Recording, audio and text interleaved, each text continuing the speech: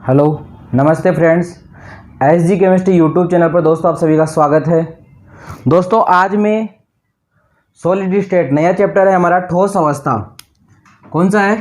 ठोस अवस्था, जिसे इंग्लिश में बोलते हैं सॉलिड स्टेट, ठोस अवस्था। ये चैप्टर आज से हम स्टार्ट करेंगे, ठीक है।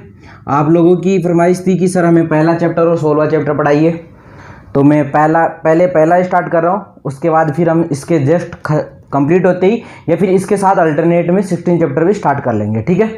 देखो दोस्तों, ये सॉलिड स्टेट चैप्टर थोड़ा अजैप्शन का है, मतलब आपको इस चैप्टर में सपनों की दुनिया में जाना पड़ेगा थोड़ा बहुत, ठीक है। थोड़े बहुत आपको इसके लिए सपने देखने पड़ेंगे, और वो सपने देखने के लिए आपके पास 2-4 चीज़ें अवेलेबल होनी चाहिए, ठीक है। तो मैं आज ही आपको बता देता हूँ वो चीज़ें कौन कौन सी है, और नेक्स्ट क्लास में, इस क्लास में उस चीज़ की आपको आवश्यकता नहीं पड़ेगी। नेक्स्ट क्लास में आपके पास वो सारी चीज़ें अवेलेबल होनी चाहिए, ठीक है।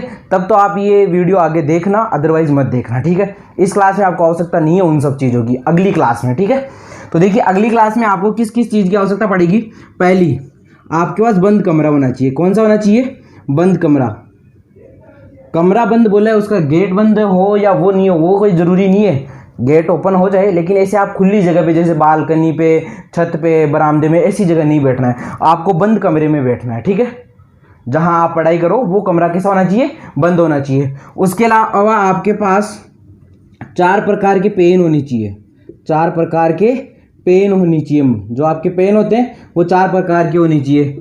लाल वाला हो गया मान लो, हरा वाला हो गया मान लो, नीला हो गया, और आपका काला पेन हो गया, ठीक है। इस तरह से आपके पास ये पेन होनी चाहिए। तीसरे नंबर पे आपकी बात आती है, आपके पास पेंसिल होनी चाहिए। क्या होनी चाहिए? पेंसिल होनी चाहिए, ठीक है। उसके अलावा आपके पास जो 4th नंबर है, जो सबसे इंपॉर्टेंट है, वो हर किसी के पास आपको मिल जाएगी, चिंता मत करो आप। डिब्बा, डिब्बा होना चाहिए। कैसा? चौकोर, घन की तरह का डिब्बा, घन की तरह का डिब्बा। स्कूल में चौक का डिब्बा देखा है? कुछ इस तरह का होता है, देखो कुछ इस तरह का चौक का डिब्बा होता है, देखो ये वाला, ठीक है। ऐसा आपको चौक का डिब्बा रखना है। एक नहीं बल्कि इन डिब्बों की आवश्यकता पड़ेगी, खाली हो भरी हुई हो कोई दिक्कत नहीं है। ऐसे समथिंग मिनिमम तो 1 से काम चल जाएगा, लेकिन मैक्सिमम आप 8 तक अरेंज कर लोगे तो आपका पूरा काम सेट हो जाएगा। कितने डिब्बे होने चाहिए आपके पास? एवरेज 8 डिब्बे होने चाहिए, ठीक है। और साथ में आज पढ़ाई करते वक्त आपको रफ कॉपी साथ में रखनी है। क्या रखनी है? रफ कॉपी साथ में आपको रखनी है। ये सारी चीजें आपके पास अवेलेबल होनी चाहिए, तब आप सॉलिड स्टेट पढ़ सकते हो, ठीक है। इतनी सारी चीजें आपके पास अवेलेबल होनी चाहिए। एक बंद कमरा होना चाहिए आपके पास। क्या होना चाहिए? एक बंद कमरा होना चाहिए। 4 प्रकार के पेन होनी चाहिए, पेंसिल होनी चाहिए, और बंद डिब्बे होने चाहिए, ठीक है। ये चीज़ें आप अरेंज कर लेना आजकल में, और फिर नेक्स्ट क्लास को आप ले लेना। इस क्लास में आपको आवश्यकता नहीं पड़ेगी, ठीक है। तो चलो आज का वीडियो स्टार्ट करते हैं। आज की क्लास है ठोस अवस्था। तो ठोस अवस्था में देखो, ठोस क्या होता है, ठीक है।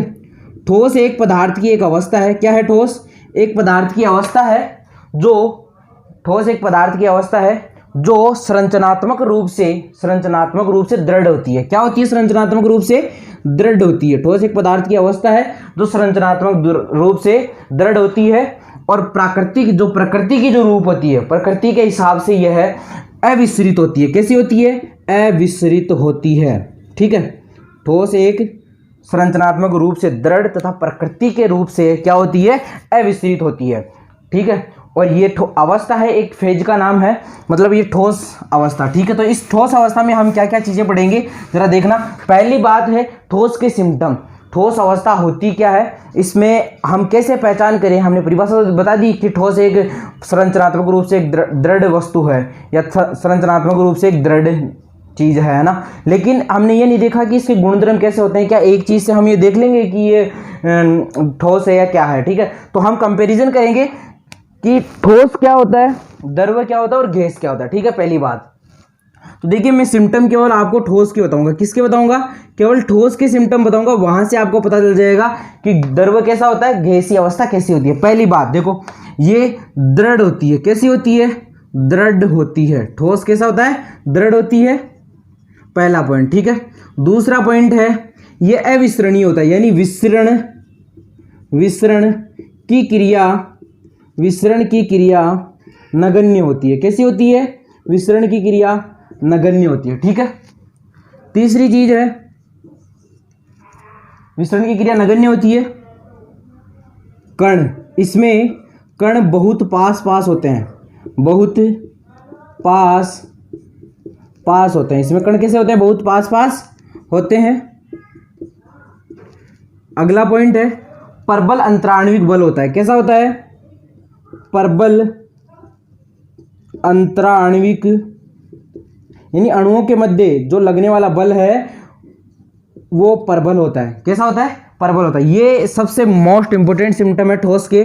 दृढ़ होता है, विसरण की क्रिया नगण्य होती है, कण बहुत पास पास होते हैं और प्रबल अंतराण्विक बल होता है। इसके अलावा जो आप जानते हो वो बता देता हूं, ठीक है। ठोस का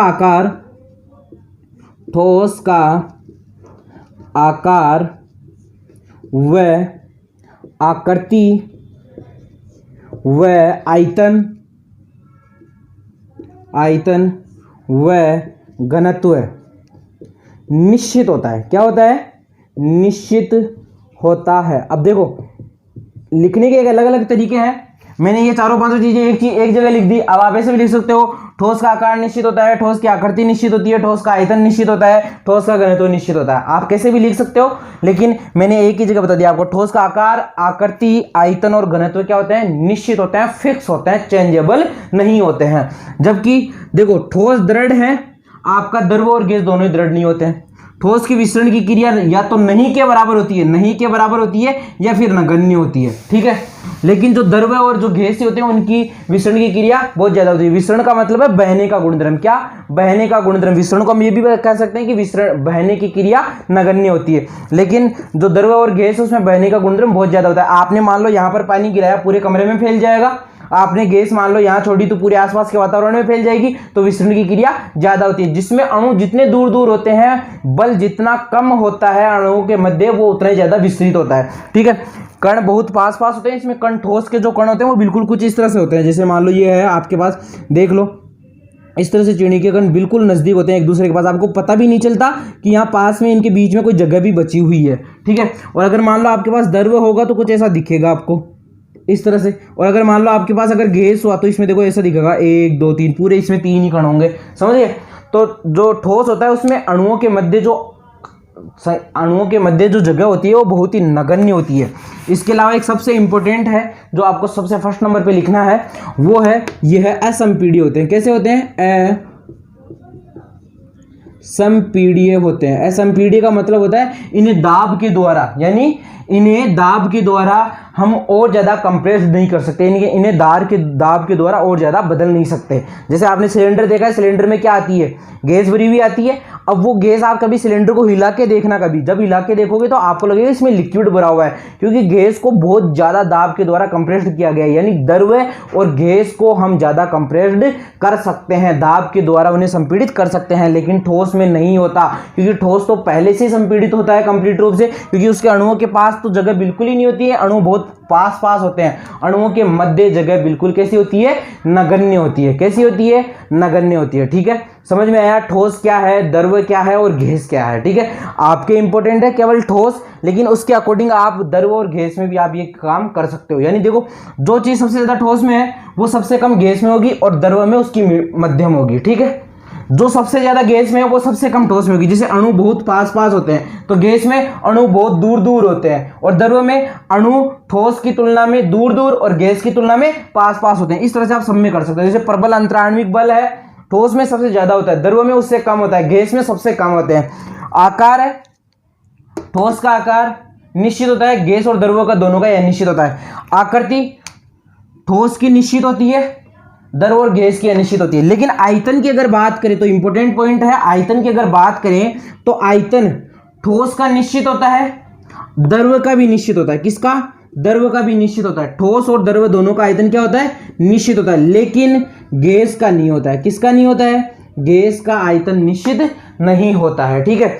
जिस पात्र में गैस का आयतन, जिस पात्र में आप रख रहे हो वो पात्र का आयतन ही गैस का आयतन होता है। लेकिन द्रव का तो चाहे आप जग में डालो तो भी 1 लीटर पानी आपने लिया है तो वो 1 लीटर रहेगा, आप बाल्टी में डालो तो भी 1 लीटर ही रहेगा, और उससे टंकी में डाल दो तो भी 1 लीटर ही रहेगा। आकृति चेंज हो सकती है।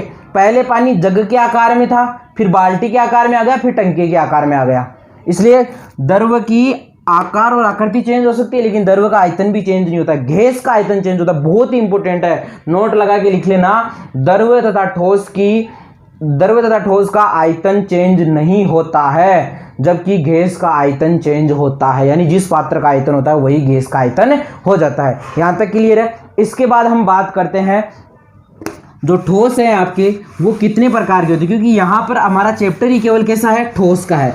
तो ठोस देखो, ठोस को हम एक तो प्रकृति के आधार पे देखेंगे किस प्रकार के होते हैं, जिसमें हम देखेंगे क्रिस्टलीय ठोस और अक्रिस्टलीय ठोस। ठीक है। एक देखेंगे हम अंतराण्विक बल के आधार पे कि ठोस होते हैं उनमें बल किस प्रकार के होते हैं, उन बलों के आधार पे हम देखेंगे ठोस कितने प्रकार के होते हैं। ठीक है। तो पहला पॉइंट है हमारा, पहला पॉइंट है, दिख तो रहा है सबको, बल के आधार पर, बल के आधार पर। अब बल कहाँ है, अणुओं के मध्य बल, याद रखना। बल के आधार पर देखो, मैं बोलना मैं एग्जैक्ट वही बोलता हूँ, लिखने में थोड़ी बहुत मिस्टेक हो सकती है, तो आप उस पर लिखने पे इतना मत जाया करो, बोलने पे, क्योंकि कई चीज़ें ऐसी होती है जो मैं लिखता ही नहीं हूँ, बोल ही देता हूँ सीधा, तो आपको बोलने पे ध्यान रखना है। ठीक है। तो बल के आधार पर किसमें बल होना चाहिए, अणुओं के मध्य, अणुओं के मध्य, अणुओं के मध्य बल या फिर कणों के मध्य बल। ठीक है। के आधार पर यानी अणुओं के मध्य जो बल पाया जाता है या कणों के मध्य, अणुओं या कणों के मध्य, कण कर सकते हो, सबसे अच्छा कण रहेगा अणुओं की बजाय, कणों के मध्य बल के आधार पर कितने प्रकार के ठोस होते हैं, वो होते हैं आपके 4 प्रकार के। कितने प्रकार के होते हैं, 4 प्रकार के। तो हम पहले की बात करते हैं, फिर दूसरे की बात करेंगे, फिर तीसरी की बात करेंगे, फिर चौथे की बात करेंगे। देखो, पहला है आपका आणविक ठोस। कैसा, आणविक ठोस। ठीक है। दूसरा है आपका धात्विक ठोस। कैसा, धात्विक ठोस। ठीक है, दिख तो रहा है सबको। तीसरा है आपका आयनिक ठोस। कैसा, आयनिक ठोस। ठीक है। और सबसे लास्ट में आपका बचता है कौन सा, सहसंयोजक ठोस। कौन सा, सहसंयोजक, सहसंयोजक या नेटवर्क ठोस, या नेटवर्क ठोस। ठीक है। इन सब ठोस की हम बात करेंगे। अब देखिए, मैं आपको पहले हिंट दे दूं, आणविक ठोस है ये 3 टाइप का होता है। कितने टाइप का होता है, 3 टाइप का, और उन तीनों टाइपों को इनके कंप्लीट होने के बाद पढ़ेंगे अपन लोग। ठीक है। तो देखिए, पहली बात करते हैं। पहली बात तो इनमें कि इनमें कण कैसे होते हैं, इनमें कण कैसे होते हैं। आणविक ठोस में आपको पता है अणु नाम आ रहा है, तो इसमें कण कैसे होंगे, कौन से होंगे, अणु होंगे। ठीक है। धात्विक ठोस में आपके क्या होते हैं, परमाणु होते हैं। कौन होते हैं, परमाणु होते हैं, जिसमें ऐसा भी कहा गया है कि भाई इलेक्ट्रॉन के समुद्र में धन आयन, एक ही बात है। ठीक है।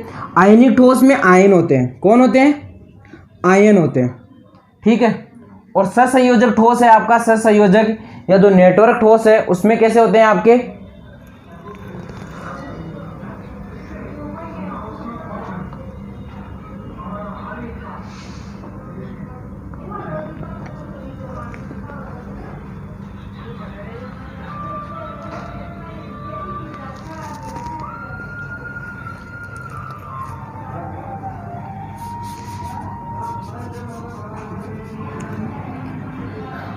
धात्विक ठोस है, इसमें क्या होता है, इलेक्ट्रॉन के, भाई इलेक्ट्रॉन धातु होते हैं, उसमें इलेक्ट्रॉन और जो आपके प्रोटॉन, इलेक्ट्रॉन और जो प्रोटॉन होते हैं वो होते हैं। तो इसमें क्या होता है, धन आयन बनाने की क्षमता होती है। तो ठीक है, इसमें क्या होता है, इलेक्ट्रॉन के समुद्र, मतलब इलेक्ट्रॉन की अधिकता में, इलेक्ट्रॉन के समुद्र में धन आयन, इलेक्ट्रॉन के समुद्र में क्या होता है, धन आयन, धन आयन, जिन्हें कर्नेल नाम देते हैं। क्या बोलते हैं, कर्नेल। ठीक है, जिन्हें क्या बोलते हैं, कर्नेल बोलते हैं। आयनिक ठोस है, इसमें क्या होते हैं, आयन। अब देखो, आयन आपका पॉजिटिव आयन यानी धन आयन भी हो सकता है और ऋण आयन भी हो सकता है। ठीक है, या दोनों एक साथ भी प्रेजेंट हो सकते हैं। फिर आपका सहसंयोजक ठोस या नेटवर्क ठोस, तो इसमें होता है परमाणु। क्या होता है, परमाणु। समझ गए क्या, कण कैसे होंगे, यानी आपको आणविक ठोस बनाना है तो अणु से बनेगा, धात्विक ठोस बनाना है तो इलेक्ट्रॉन के समुद्र में धन आयन से बनेगा, और अगर आयनिक ठोस बनाना है तो आयन प्रेजेंट होनी चाहिए, और अगर सहसंयोजक या नेटवर्क ठोस बनाना है तो कैसे होनी चाहिए, परमाणु प्रेजेंट होने चाहिए। समझ गए इस बात को। इसके बाद देखो, इनमें बल कैसा पाया जाता है, क्या बल, भाई जैसे जो अणु होते हैं उन अणुओं के मध्य कैसा बल पाया जाता है, तो इसमें दुर्बल बल होता है। कैसा होता है? दुर्बल बल होता है।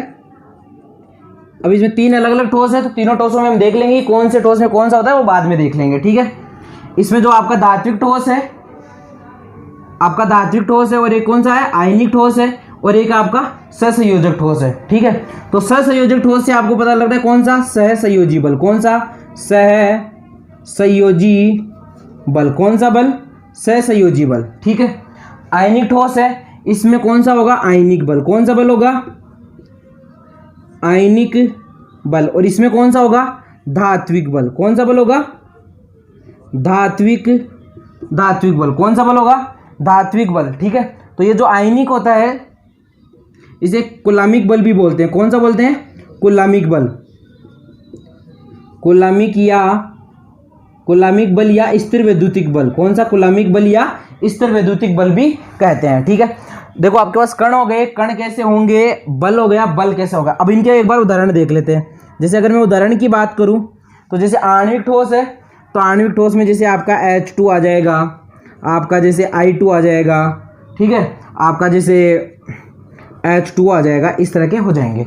जैसे आपके पास धात्विक ठोस है, तो धातु जितनी भी धातु होती है, जैसे Fe हो गया, Mn हो गया, CO हो गया, Ni हो गया, ये जितनी भी धातुएं हैं सारे के सारे धात्विक ठोस कहलाएंगे।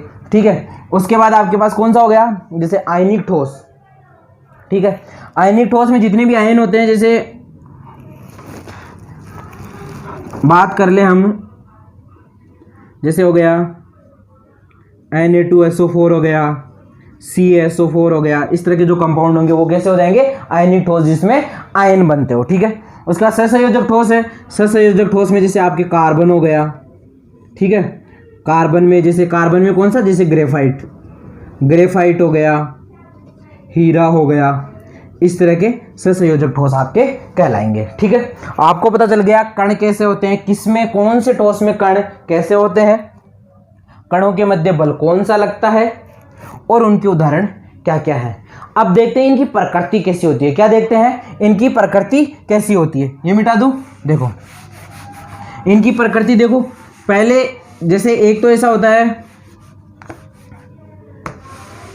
कि इनका पहले गलनांक और क्वथनांक की बात कर लेते हैं। ठीक है, तो इनका गलनांक जो होता है, वो गलनांक देखिए, जितना प्रबल बल होगा उनका गलनांक उतना ही उच्च होगा।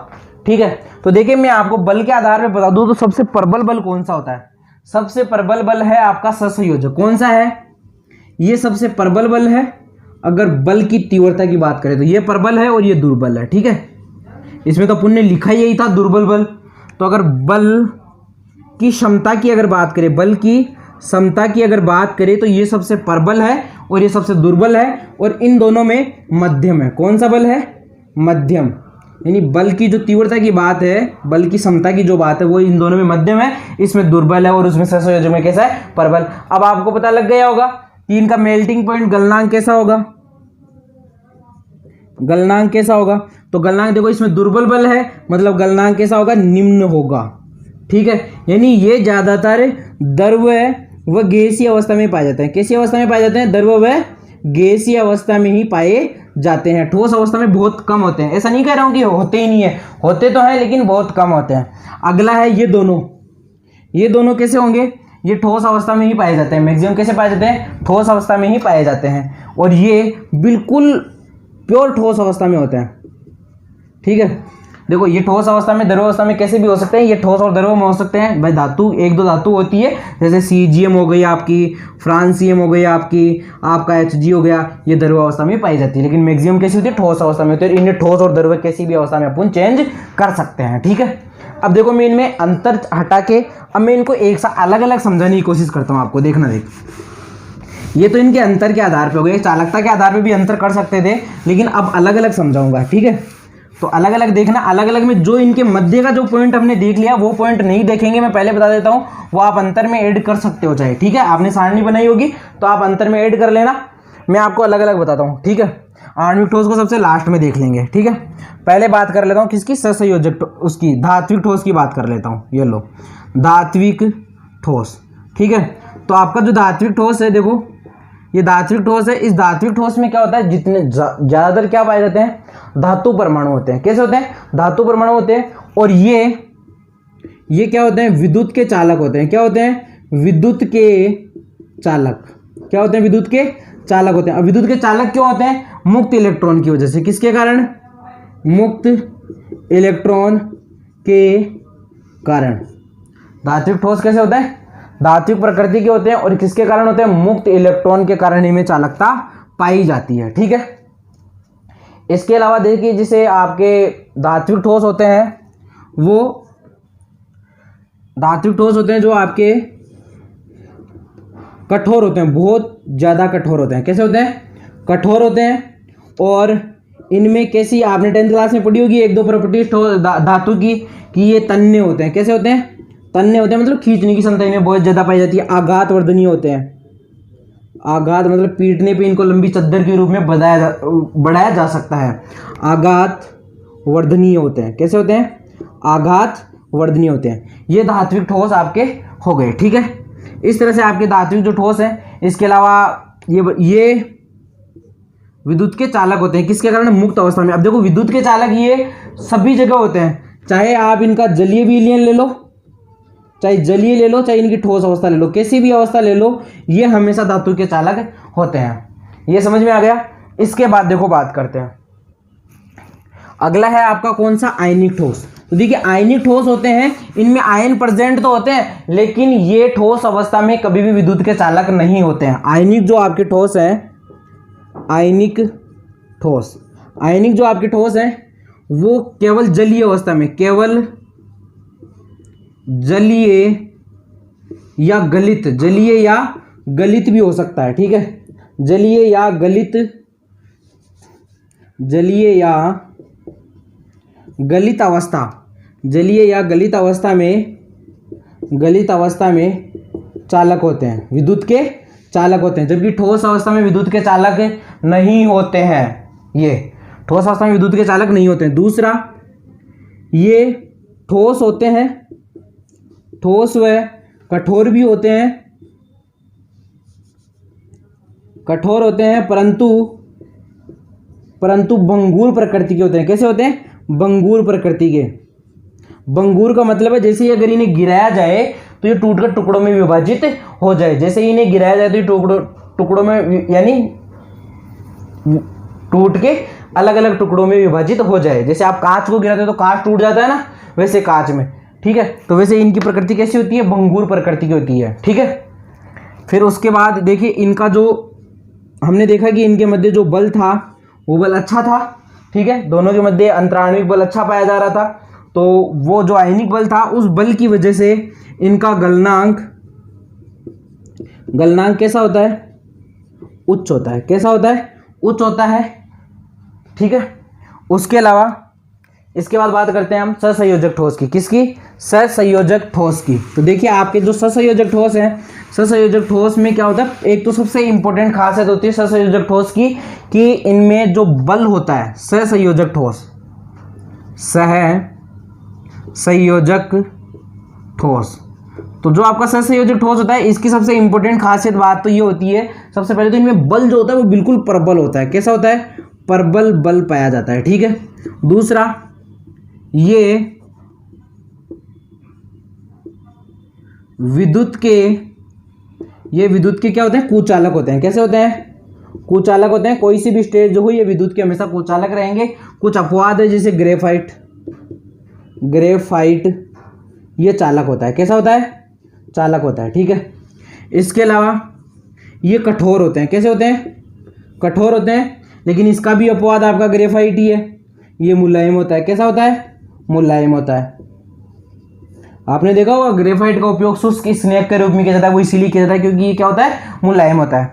उसके बाद आपका नेक्स्ट पॉइंट है, जैसे फोर्थ पॉइंट है आपका, उसकी अगर हम बात करें तो इसमें क्या होता है, गलनांक उच्च होता है। क्या होता है, गलनांक उच्च होता है। क्या होता है, गलनांक उच्च होता है, बहुत ज़्यादा होता है और सबसे ज़्यादा कठोर होता है। आपको पता है हीरा जो कार्बन का एक अपर रूप है, प्रकृति का सबसे कठोर पदार्थ है। क्या है, प्रकृति का सबसे कठोर पदार्थ है। ठीक है, ये आपका सहसंयोजक ठोस हो गया। अब सबसे लास्ट और सबसे इंपॉर्टेंट ठोस, जहां से आपके ज्यादातर अगर क्वेश्चन आएगा तो या तो ठोस के प्रकार पूछेगा, या फिर ठोस के प्रकारों में से अगर कोई प्रकार पूछेगा तो आपसे पूछेगा आणविक ठोस का। किसका, आणविक ठोस का, आणविक ठोस। ठीक है, तो देखिए आपका आणविक ठोस 3 टाइप का होता है। पहला अध्रुवीय आणविक ठोस, दूसरा ध्रुवीय आणविक ठोस, अध्रुवीय।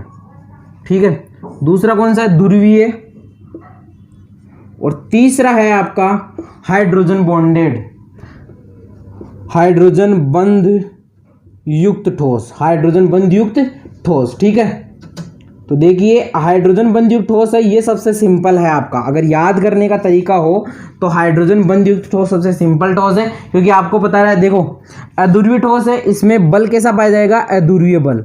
अध्रुवीय बल कौन सा, लंदन बल, जो सबसे दुर्बल बल होता है, लंदन बल, लंदन बल, जिसे वांडरवाल बल भी बोलते हैं। क्या बोलते हैं, वांडरवाल्स बल। कौन से, वांडरवाल्स बल। ठीक है, इसमें भी वांडरवाल बल ही होता है, इसमें भी वांडरवाल बल ही होता है, लेकिन ये वांडरवाल बल है इसकी तुलना में ज्यादा प्रबल होता है, क्योंकि ये प्रेरित द्विध्रुव आकर्षण से बनता है। किससे बनता है, प्रेरित द्विध्रुव आकर्षण बल होता है ये तो।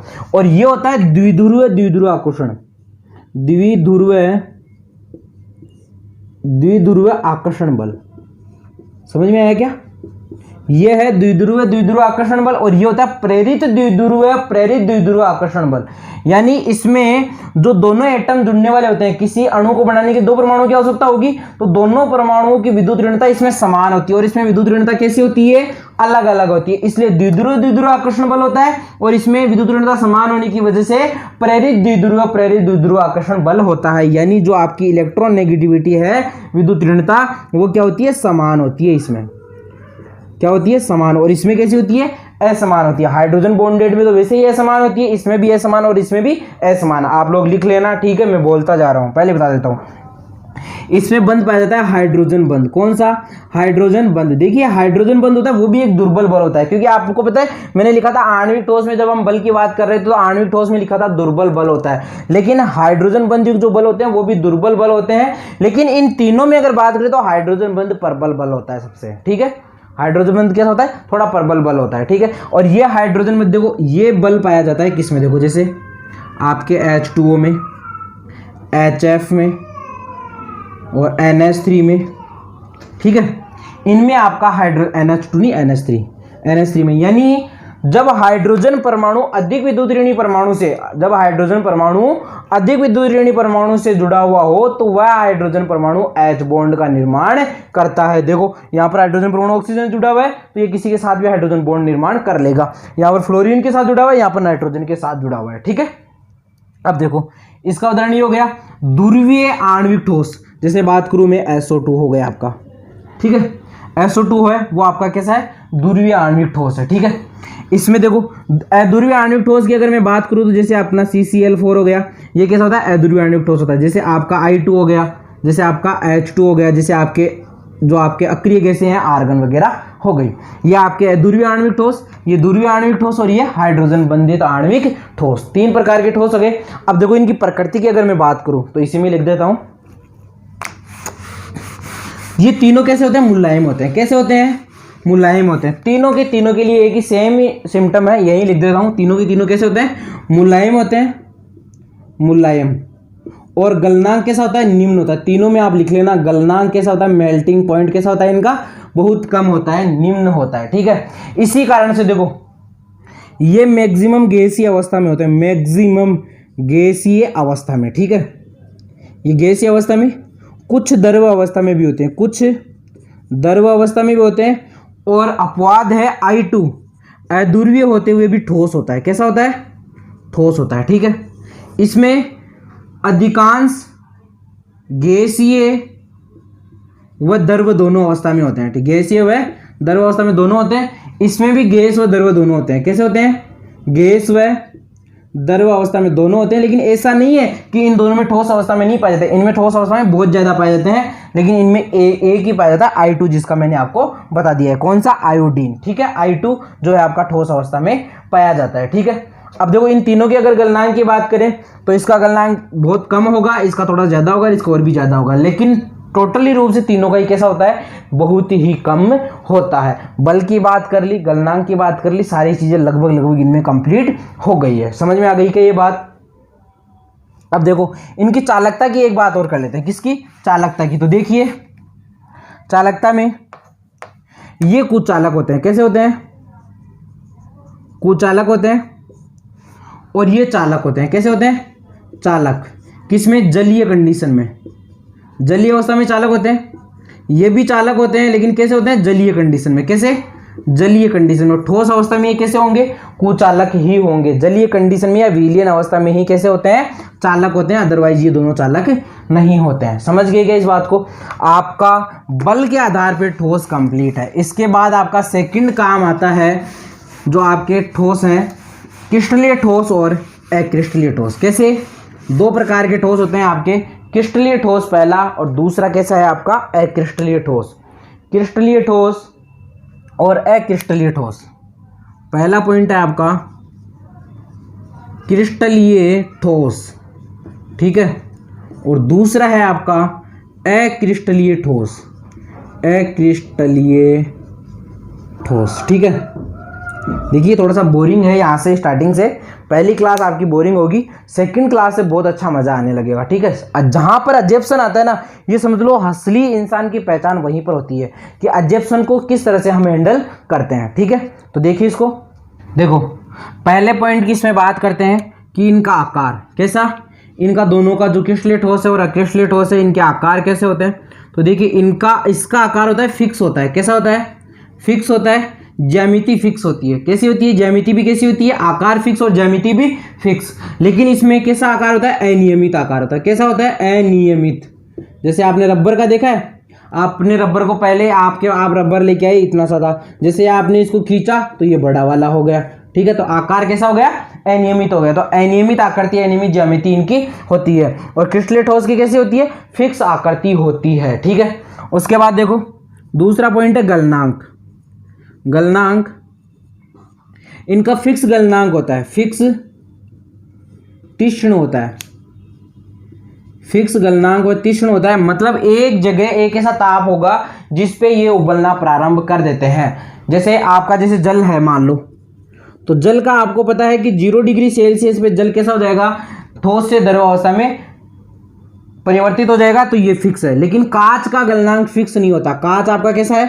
अक्रिस्टलीय ठोस है, और कांच का गलनांक कैसा होता है? फिक्स नहीं होता है। पहले कांच धीरे धीरे लिक्विड अवस्था में परिवर्तित होना स्टार्ट होता है, और फिर उसके बाद एक समय होता है जब ये पूरा लिक्विड हो जाता है। यानी एक साथ लिक्विड होना स्टार्ट, धीरे धीरे लिक्विड होना स्टार्ट होता है ये, जबकि ये एक साथ लिक्विड हो जाता है कंप्लीट रूप से। समझ गए क्या? तो इसका क्या होता है? एक ताप परास होती है। यानी जैसे कांच की अगर बात कर ले मान लो हम, तो 400 डिग्री सेल्सियस से 500 डिग्री सेल्सियस के मध्य कभी भी पिघलना स्टार्ट हो सकता है और कभी भी कंप्लीट रूप से पिघल सकता है। लेकिन इसका फिक्स है, जल होगा तो जल 0 डिग्री सेल्सियस पे ही लिक्विड अवस्था में आएगा। तो ऐसे गलनांक इसका फिक्स होता है और इसका गलनांक फिक्स नहीं होता है, ठीक है। अब बात करते हैं इनकी प्रकृति की। अगर इनकी बात करें, इनकी प्रकृति की अगर बात करें तो ये वास्तविक ठोस होते हैं। कैसे होते हैं? वास्तविक ठोस यही होते हैं। और ये कैसे होते हैं? आभासी ठोस। कैसे ठोस होते हैं? आभासी ठोस, ठीक है। ये आपके एनसीईआरटी में किसी सारणी बना रखी है, चार्ट बना रखा है, उसमें सब कुछ दे रखा है। ये वास्तविक ठोस है और ये कैसे हैं? आयनिक ठोस है, ठीक है। उसके बाद जैसे मान लो अगर इनके उदाहरण अगर मैं देना चाहूँ तो इसके उदाहरण जैसे आपके हो गए NaCl हो गया, जिसको क्रिस्टलीय ठोस ही बोलते हैं NaCl को, तो आप बहुत बार पढ़ोगे देखना। उसके अलावा जैसे आपका H2O हो गया, Na2SO4 हो गया, ठीक है। ये सारे के सारे हो जाएंगे। अक्रिस्टलीय ठोस में जैसे कांच हो गया आपका, रबर हो गया आपका, प्लास्टिक हो गया आपका, ठीक है। प्लास्टिक आपका हो गया, ठीक है। एक सबसे लास्ट पॉइंट बचता है आपका इनकी देशिकता। देशिकता होती है दो प्रकार की, एक विषम देशिक और एक समदेशिक, ठीक है। देशिकता समदेशिक और विषम देशिक। तो क्रिस्टलीय ठोस विषम देशिक प्रकृति के होते हैं और अक्रिस्टलीय ठोस समदेशिक प्रकृति के होते हैं। तो देखिए विषम देशिक प्रकृति का मतलब क्या होता है, समदेशिक प्रकृति का मतलब क्या होता है, ये बता देते हैं तो फिर आपका सिस्टम सारा सेट हो जाएगा, ठीक है। देखो पहला है विषम देशिक प्रकृति। कैसी देशिकता है? विषम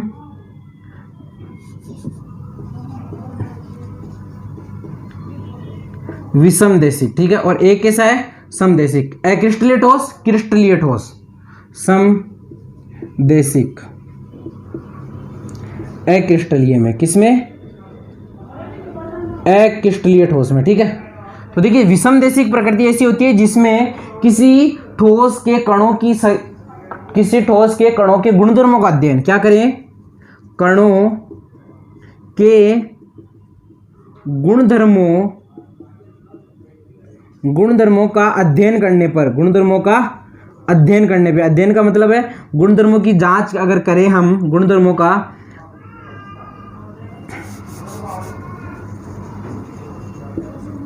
अध्ययन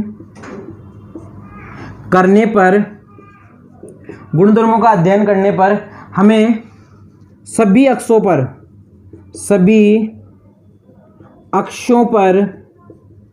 अलग अलग गुणधर्म प्राप्त हो, अलग अलग गुणधर्म प्राप्त हो, ठीक है। यानी जैसे मैं चला कि यहाँ पर कणों की व्यवस्था कैसी है, इसका अपूर्णांक कैसा है, तो दोनों दिशा में अलग अलग प्राप्त हो। और इसमें कणों के गुणधर्मों का अध्ययन करने पर सभी अक्षों पे समान गुणधर्म प्राप्त हो। कैसे गुणधर्म प्राप्त हो? समान गुणधर्म प्राप्त हो। वो कैसी कहलाती है? समदेशिकता। जैसे मान लो मेरे पास देखो ये बड़ा कण है, ये 3, ये 4 पार्टिकल मैंने बनाए, देखो